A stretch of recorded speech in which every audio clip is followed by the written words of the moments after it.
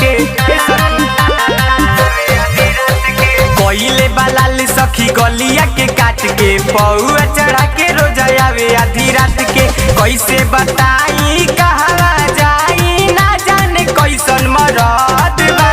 कैसे बताई कहवा जाई ना जाने कैसन मरद बा। सखी रे टूटल पलंगिया राते कमर में धइले दर्द बा।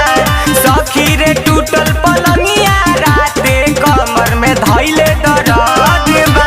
कमर में धइले दर्द बा।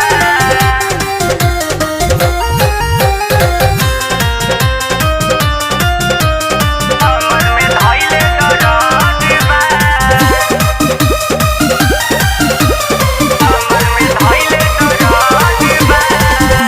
बात नाही माने पियावा पियाला के जो समय नासी देला से जिया रोज रोज मत हो समय।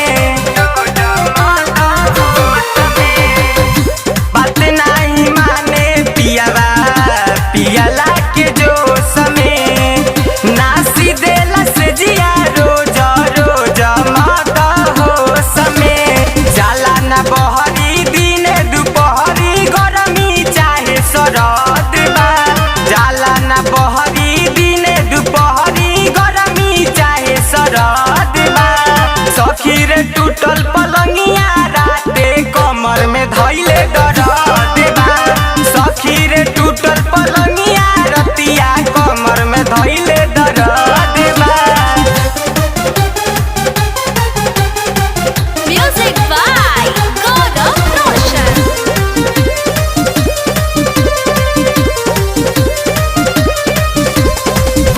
फेंकी देला साड़ी हमार जबरी उतार के।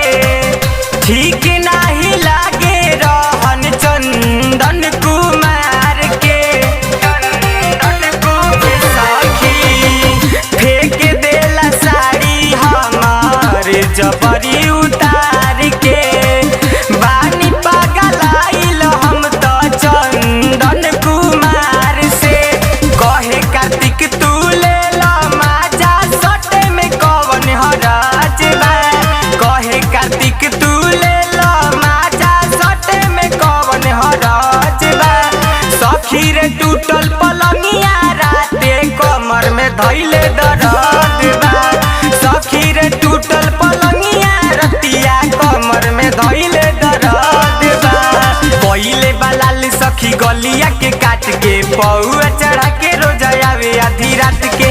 कैसे बताई कहवा जाई ना जाने कैसन मरद बा। कैसे बताई कहवा जाई ना जाने कैसन मरद बा। सखी रे टूटल